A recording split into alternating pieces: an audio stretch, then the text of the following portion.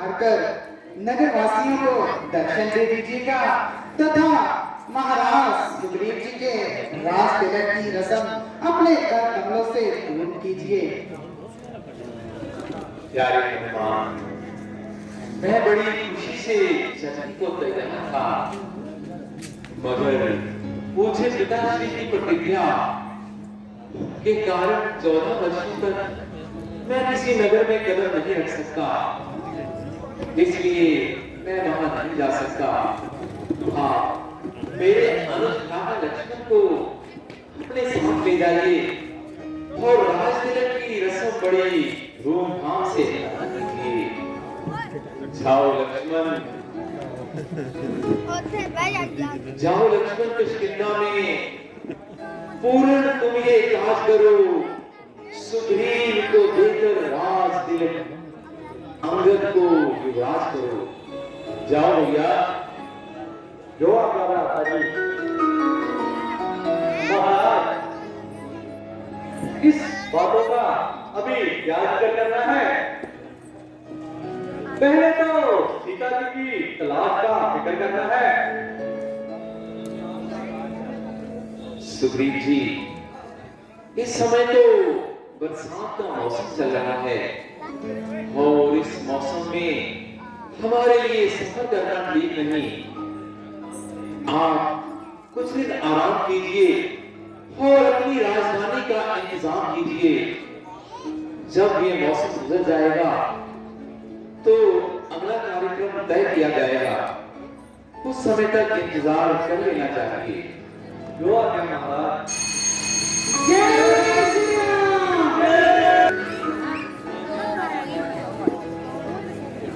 भैया लक्ष्मण, सुग्रीव जी तो गए तो बहुत दिन व्यतीत हो गए, बरसात का मौसम भी अब खत्म हो गया है और मौसम बहार अपने पूरे जोगन पर है, मगर अभी तक देखने की कोई सूरत नजर नहीं आई। और उस दिन के बाद सुग्रीव ने भी हमें अपनी शक्ल तक नहीं दिखाई। राज्य को पाकर वह ऐसा मगरूर हो गया कि उसका आना भी दुश्वार हो गया। भैया, हे भैया, वर्षा ऋतु बीत गई, अब शुद्ध शरद ऋतु आई है। मैं भी बड़ा अभागा हूं, अब तक ना सिया सुध पाई है। एक भरोसा सुग्रीव का था, वह भी धन का मगरूर हुआ, माया की तरल तरंगों से मछलियों का बेड़ा चूक हुआ। अफसोस है ऐसी दौलत पर जो दुर्जन करके सज्जन को, लानत है ऐसी चांदी पर जो मिट्टी कर दे जीवन को। मुझे तो उसकी बातों से पहले ही नजर आता था कि वो अपने स्वार्थ के लिए हमारे साथ है।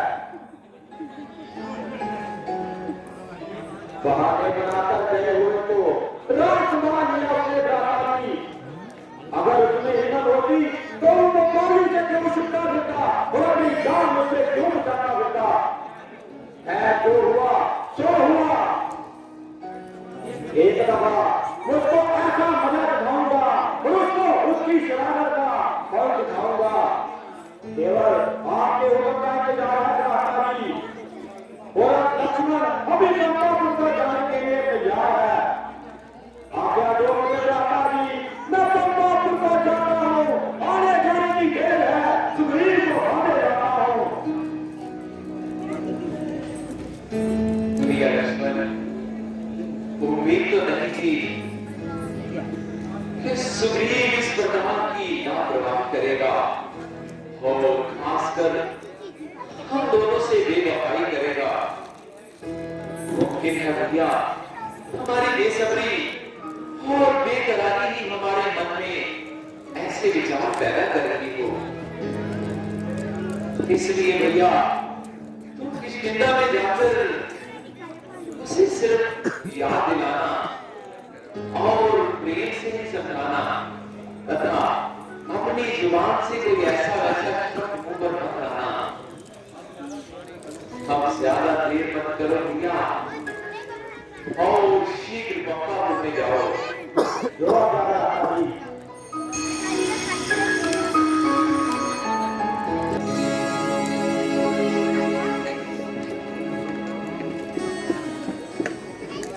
महाराज, आपने जो श्री रामचंद्र जी को वचन दिया था उसका कुछ याद भी है या नहीं?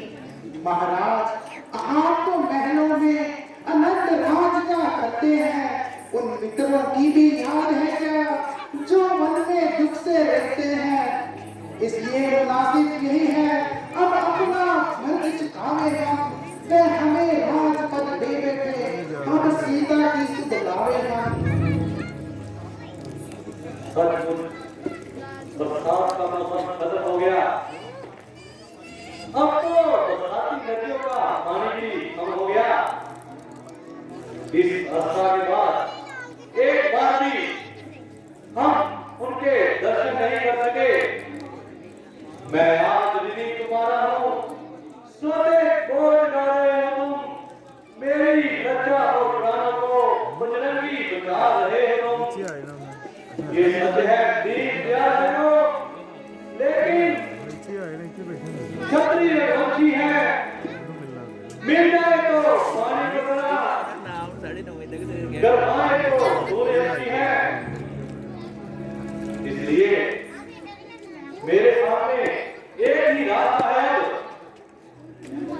मैं सीता जी की सुध लेने के लिए यत्न शुरू कर देने चाहिए।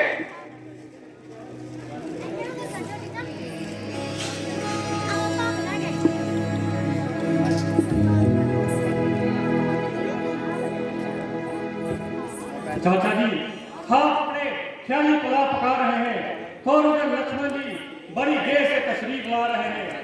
गुस्से के मारे उनकी आंखों का रंग भी लाल है, ना मालूम कि उनकी की नाराजगी का क्या कारण है।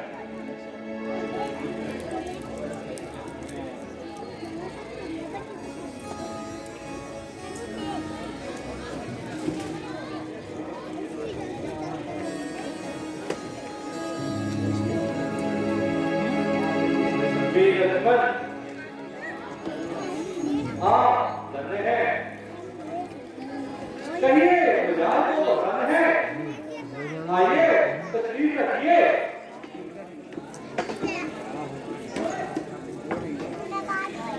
आपकी बातें आप ख्याल हमारे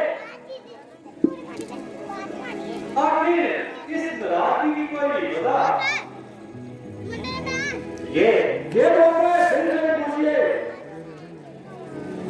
जहां तक मेरा ख्याल है, मेरा कोई ऐसा कसूर तो नहीं। आपका ख्याल ठिकाने हो तो उसमें कुछ समाए, यदि ख्याल निवास मान कर चला है तो खाल उसमें समाए। आपका ख्याल तो उस वक्त ठिकाने था जब आप जंगलों की खाद छानते देखते थे और पानी से अपनी जान बचाते देखते थे। यदि अपनी आपका ख्याल ठिकाने रहे तो दुनिया में जग को हल्का हो रहे। सब कुछ माया की सरल रंगों में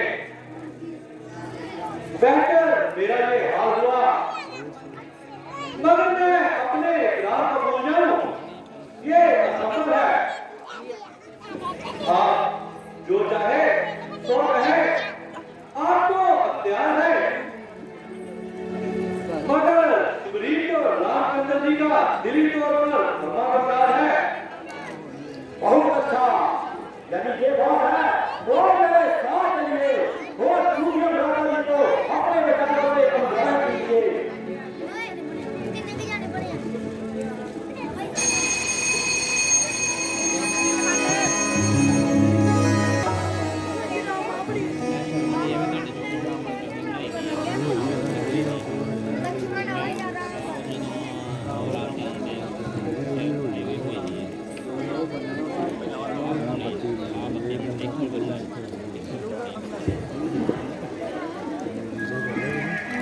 भगवान कारणवश मैं आपकी सेवा में हाजिर ना हो सका, इसलिए शर्मसार हो, मुझे क्षमा कीजिए। माया के चक्कर में फंसकर है नाथ मेरा ये हाल हुआ। मैं खुद ही शर्मिंदा हूँ, क्या कहूँ जो हाल हुआ। है ना आपके पास बाण भी है और गुनहगार भी हाजिर है। क्षमा करना या सजा देना ये आपका ही फैसला है। प्यारे सुग्रीव,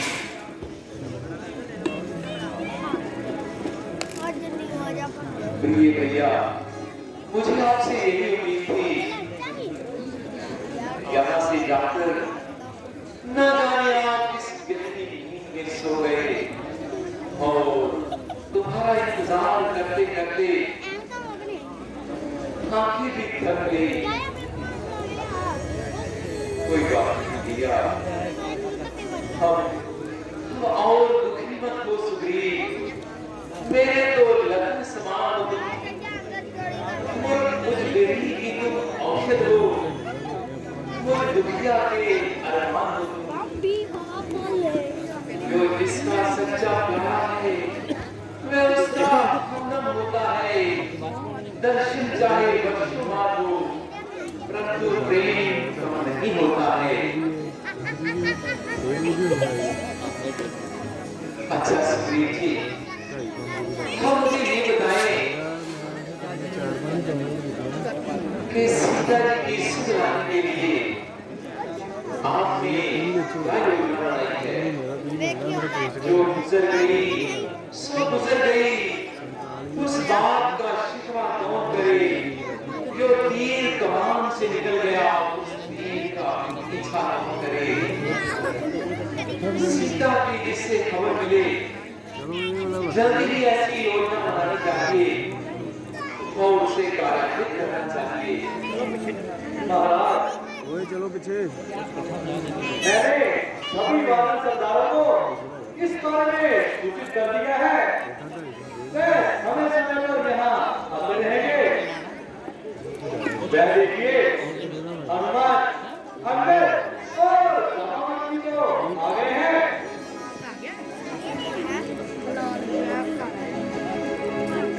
हनुमान जय श्री राम।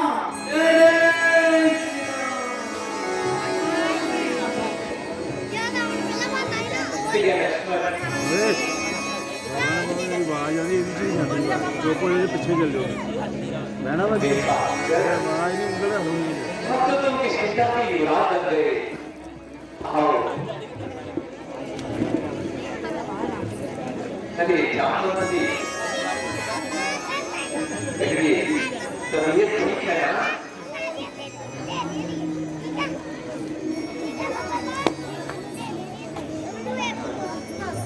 आप सब के आने से मेरा हौसला और बढ़ गया। अब बेहतर तो यही है कि यहाँ से कूच किया जाए। अगर पहले अच्छी तरह से इत्मीनान कर लिया जाए और इन वानर वीरों को अलग अलग दिशाओं में भेजकर सत्ता का पता लगाने का प्रयास किया जाए। मेरे प्यार में अन्य दिशाओं में तो दूसरों को भेज देना चाहिए, परंतु दक्षिण दिशा की ओर हनुमान जी का जाना ठीक रहेगा और उनकी सहायता के लिए अंदर और हनुमान जी को के साथ भेजना चाहिए। अरे सुग्रीव जी, आपने तो मेरे हृदय की बात को जान लिया। प्यारे हनुमान, मेरा दिल बार बार गवाही देता है मुझे कि तुम सीता का जरूर पता लगाओगे और कोई अच्छी खबर लाओगे। मगर हनुमान, जब तुम मेरी सीता से मिलोगे तो उसके लिए तुम्हें पहचानना बहुत कठिन होगा। इसलिए मैं कोई साथ बितानी चाहिए। हाँ, ये अंगूठी हनुमान जी, ये सुंदर सोने की अंगूठी भगवान निशानी अपने साथ ले जाइए।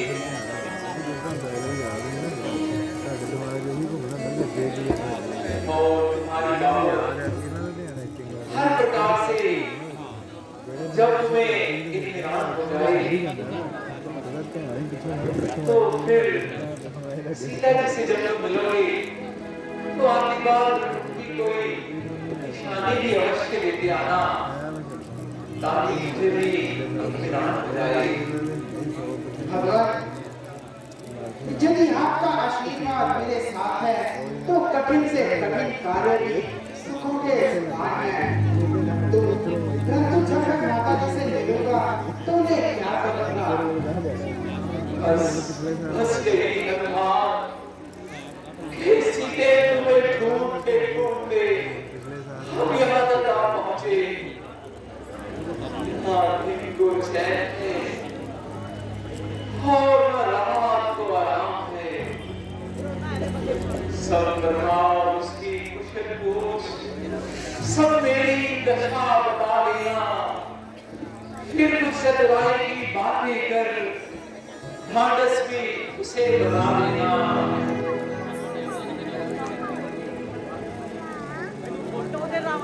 बाकी हनुमान तुम स्वयं समझदार हो। जाओ, मैं आशीर्वाद देता हूँ। अब हमें चलने की इजाजत दीजिए। हाँ, आपकी गाय में सफल होकर आना। जय श्री राम, जय श्री राम, जय श्री राम, जय श्री राम, जय श्री राम, जय श्री राम, जय श्री राम। जय श्री राम। जाओ बेटा, तुम अवश्य ही सफल होगे।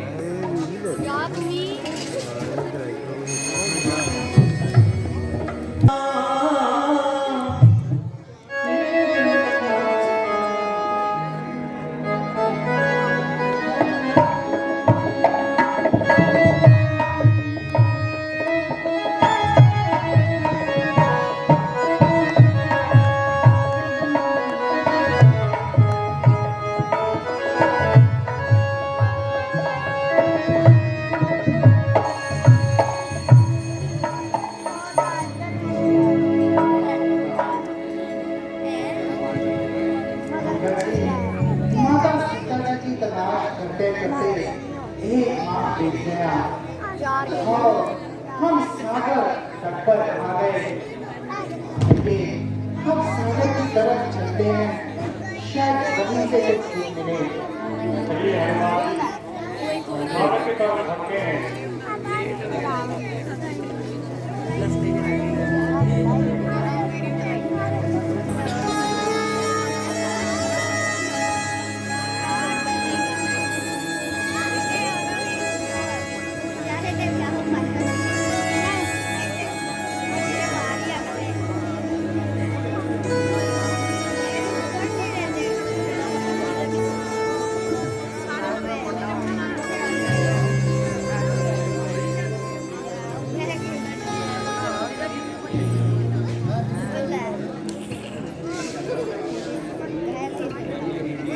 ओहो, कितना विशाल समुद्र है। अब तो इसी सागर तट पर हनुमान जी हमें विश्राम करना पड़ेगा। आपने सतेज कहा, यहाँ तो दूर दूर तक कोई भी मालूम नहीं पड़ता। हाँ हाँ, दूर दूर तक सन्नाटा है। उपकार के पथ पर जाते हैं, क्या गम है अगर मर जाएंगे। अंतिम परिणाम यही होगा, दुनिया में यश कर जाएंगे हनुमान जी।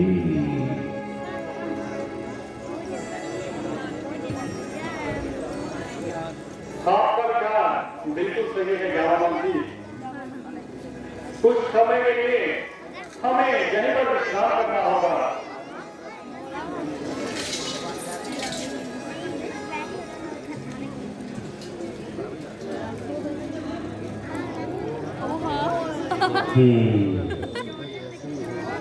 मैं बहुत समय से भूखा हूँ।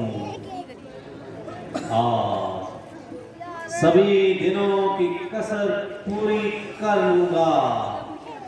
वाह हरे किस्मत, वाह मुद्दत से भूखा प्यासा हूँ, भर पेट न भोजन खाया है। विधना ने आज दया करके सब एक बार भिजवाया है।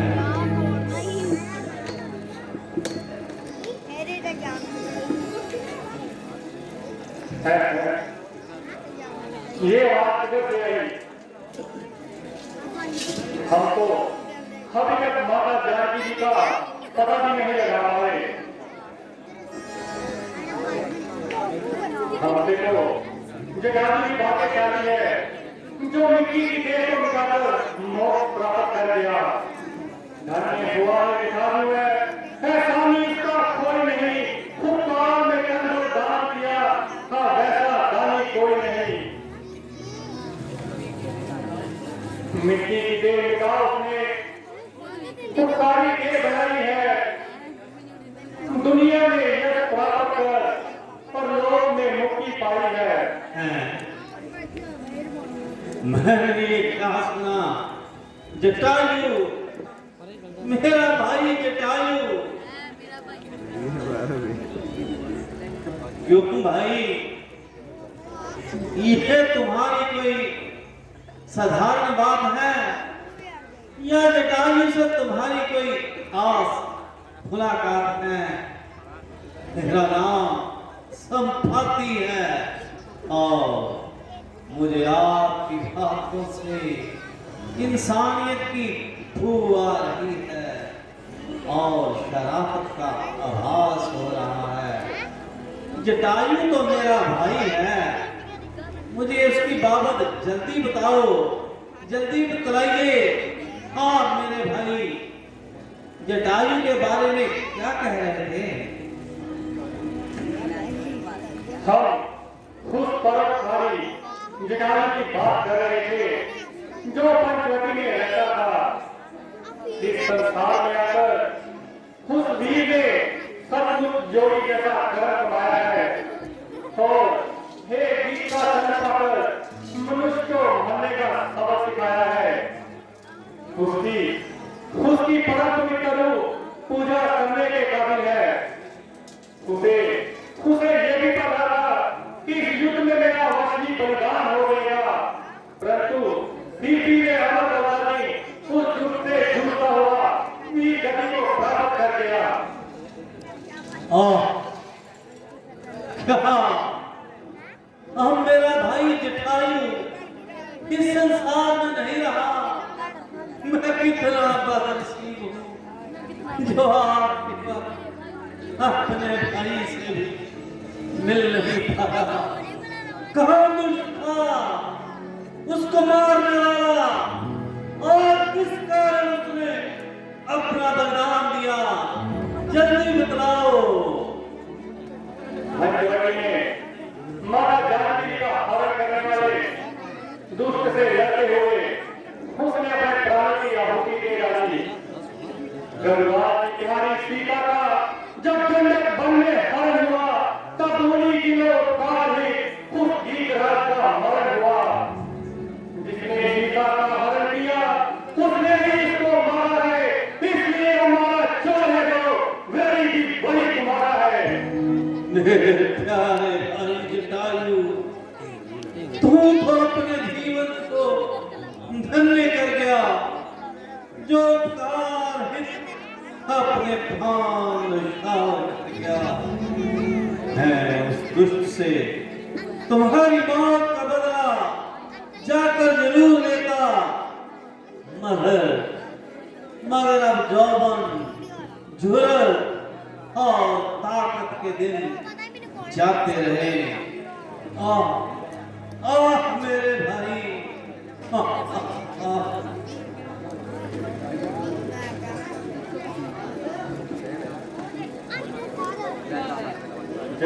मौत का बदला लेने की आपको कोई तकलीफ करने की जरूरत नहीं। श्री रघुवीर जी के बाद वो दुष्ट को मौत के घाट उतारेंगे।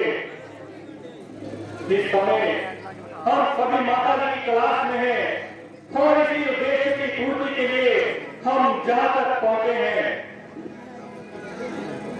ये बहादुरो, तुम जिस पवित्र उद्देश्य की पूर्ति के लिए निकले हो, उसको पूरा करने के लिए अपने प्राणों पर खेल जाना। मैं वृद्ध अवस्था में हूँ और मैं स्वयं ये खिदमत करता। अब मैं आपको जो कुछ बताता हूँ उसे ध्यान से सुनो। त्रिकूट गिरी पर विशाल लंका नगर बस रहा है, जिसकी रक्षा हेतु चारों ओर समुद्र का जाल है। करता है राज्य महारावण, वही सीता का हरता है। अपने ही अशोक वन में उसने सीता महासती को रखा है।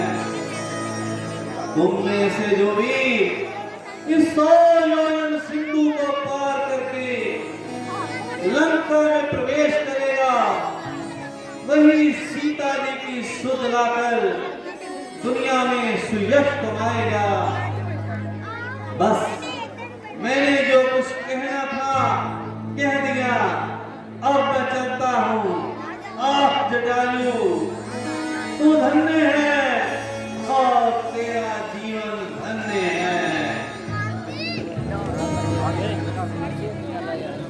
कहने वाला तू कहकर चला गया।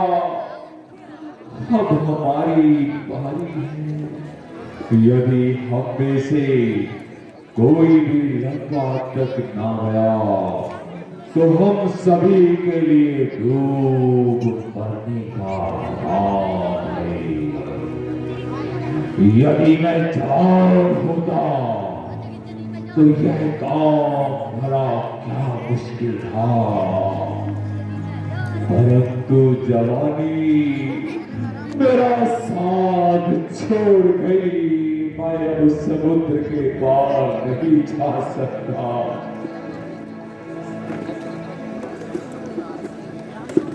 हम जिस कार्य के लिए जहां तक पहुंचे हैं उसके लिए प्राण तो कुछ भी चीज नहीं। सच्चा योगापन वही होगा, मर जाएंगे लेकिन याद न हो। सच्चा प्राण वही होगा जब प्राणों की परवाह न हो। इस बात का मुझे पूरा विश्वास है कि मैं सागर के पार तो चला जाऊंगा, मगर उस तरफ आने में मुझे कुछ संदेह है। इस रूप में जब मैं जाऊंगा तो विडंबना सन्मुख होगी। मैं अपनी ताकत से लंका नगरी में पहुंच जाऊंगा। जब मैं वापिस आऊंगा तो उस तरफ मेरी पीठ हो जाएगी, इसलिए मुझे वहां से आने में कुछ शक है। हे बजरंगबली, हे महावीर अंजनी नंदन, माता अंजनी के पुत्र, हे हनुमान, हे वीरों के वीर, तुम वानर दल के नायक हो। क्यों चुप करके बैठे हो? कुछ अपने बल की याद करो। हे राम दुलारे महावीर, हम लोगों की इमदाद करो। सूरज को तूने ग्रास लिया, पर्वतों को तुमने तोड़ा है। जिस बल से ऐसे काम किए, मैं बल क्यों रख छोड़ा है? रणधीर उठो, बलवीर उठो,